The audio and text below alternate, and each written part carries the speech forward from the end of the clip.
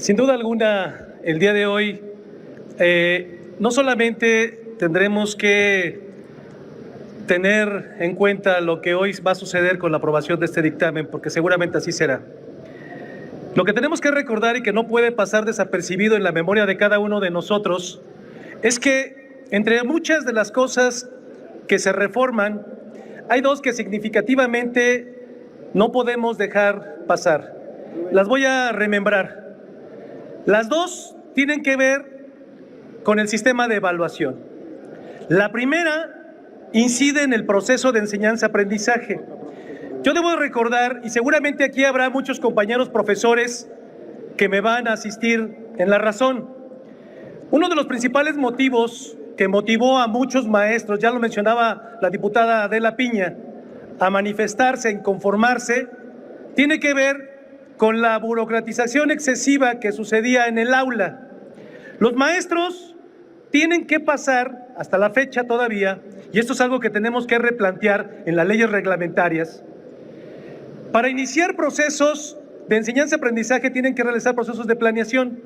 En los procesos de planeación, que pueden ser semanales, mensuales, bimestrales, semestrales, anuales incluso, se incorporan una serie de taxonomías para elaboración de objetivos y aprendizajes esperados, los cuales los docentes realizan a cabalidad diariamente, lo traducen en sus planeaciones diarias. En ellos describen la estrategia que llevarán a cabo para transmitir el conocimiento. Esos documentos, burocratizantes en muchos de los casos, necesarios, debo decirlo, pero que fueron excesivos, llevaron a la naturaleza de la evaluación a desvirtuarse. Es decir, el hecho de estar elaborando evaluaciones diagnósticas, formativas, sumativas, a la par de ser coevaluados, autoevaluados, heteroevaluados, convirtieron en procesos de angustia, un proceso que debo decir, de evaluación, que es necesario en el proceso educativo. También seamos honestos en este término. La evaluación adquirió un carácter peyorativo cuando, y ese es el segundo término, pasó a ser vinculante a la permanencia docente. La evaluación como parte del proceso de los docentes es un proceso inherente a la enseñanza-aprendizaje. Debe de estar presente. El asunto que pervirtió los procesos y que le dio un carácter negativo es vincular la evaluación, que no es calificación. Es decir, la evaluación es un proceso de retroalimentación natural en los procesos áulicos. Sirve para decirle al docente dónde se encuentra. Sirve para decirle al estudiante qué hay que hacer para mejorar. No es un proceso que deba servir con el carácter punitivo que tenía. Estos dos elementos son los que hay que considerar. Es decir, por un lado, no podemos olvidar lo que significa llevar al aula el proceso de evaluación. Tan es así que esta nueva reforma lo que considera es mantener los procesos de evaluación, claro, con un carácter formativo. El carácter formativo no es sumativo, no es de calificación, es de retroalimentación. A mí me parece que esta parte es la que no podemos dejar pasar de lado, porque vendrán procesos en las leyes reglamentarias donde tengamos que impulsar formas de ayuda a los docentes. Y los docentes lo que quieren es, número uno, que no nos saturemos con procesos burocráticos, y número dos, que su evaluación, a la cual nunca se han negado, no esté vinculada al proceso de permanencia. Me parece que esta consideración es importante para no desviarnos y decir que la evaluación tiene un carácter negativo. Con eso quisiera empezar. Segundo, ¿cuál es la significatividad de esta reforma?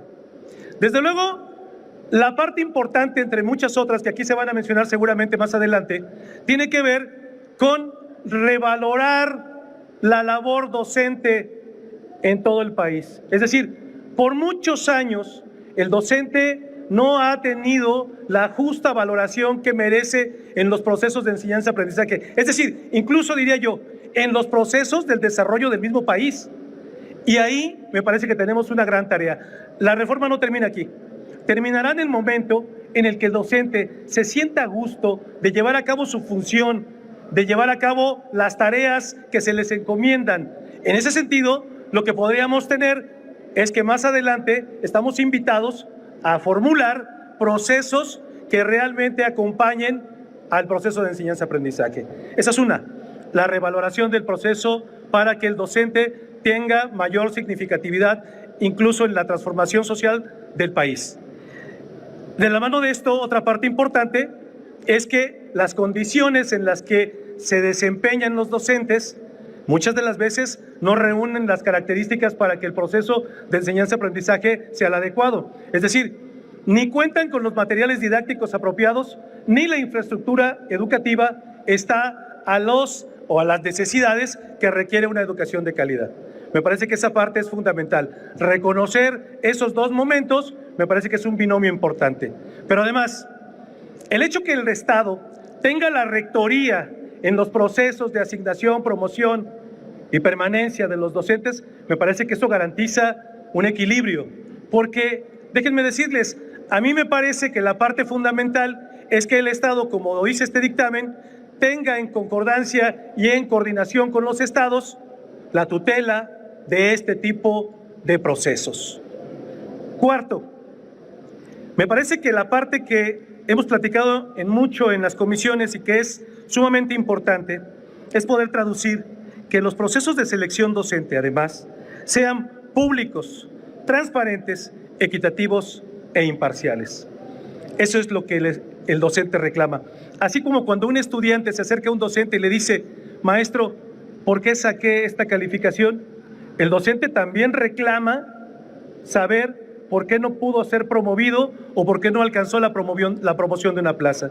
Esa parte me parece que tiene que ser abierta, pública, y el docente tiene todo el derecho a saber cómo se le va a evaluar y qué es lo que tiene que hacer. Todo desde la evaluación formativa. Esa es la parte importante. Y yo diría una parte fundamental, que el Estado tendrá a cargo, como lo tiene que ser, la tutela en la construcción de los ejes, me parece fundamentales para los planes y programas de estudio de todos los niveles educativos. Esa parte me parece que es fundamental. Ya estaremos esperando cuál es la promoción o cuáles son las políticas que se promoverán en el Plan Nacional de Desarrollo y que al Estado le corresponden tutelarlas para la buena dirección y el buen puerto de la educación en México. Otra parte que debo de decir y que me parece fundamental es que en la elaboración de este dictamen pudimos establecer y acercarnos a una fórmula que déjenme insistirles, lo más importante en esta reforma es que hemos podido coincidir la gran parte de los legisladores que aquí estamos presentes. Hemos coincidido en muchas cosas. Hemos aprendido a construir y a legislar no a partir de los máximos, sino a partir de los mínimos, que es la forma que nos debe llevar a una mejor legislación para el beneficio, no de nuestros partidos, sino de la sociedad en general. Esa parte es fundamental. Tengámosla presente porque esta reforma nos deja ese aprendizaje. Podemos tener discrepancias, pero entendemos con claridad dónde está lo que la nación necesita y exige de nosotros, y es una mejora en la educación, y eso lo hemos entendido la mayoría de los que estamos aquí presentes. La parte importante de construir a partir de mínimos me lleva a decir que muchos de los que trabajaron y trabajamos en la Comisión de Educación y en puntos constitucionales, debo reconocer la sensibilidad que mostraron. Fue acalorada, las discusiones fueron combativas, pero a final de cuentas los mínimos subsistieron.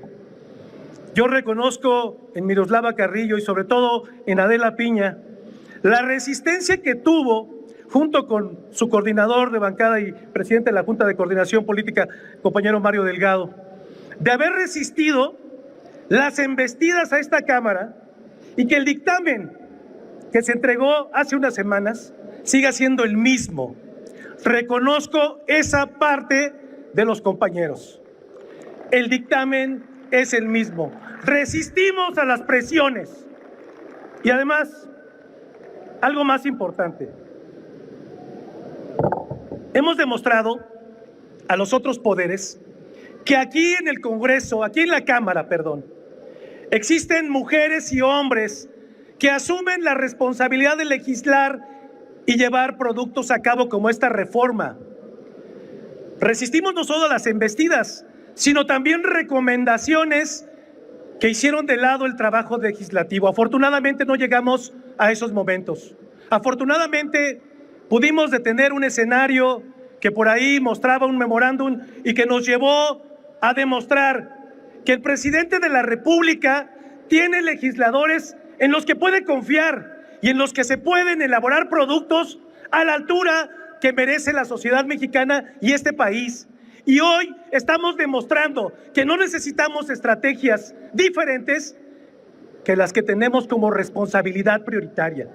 Esa es la parte fundamental que tenemos que recordar. Hoy recuperamos lo que el legislativo es como tal y no se nos olvide que esa es nuestra tarea. ¿Es cuánto, señora presidenta?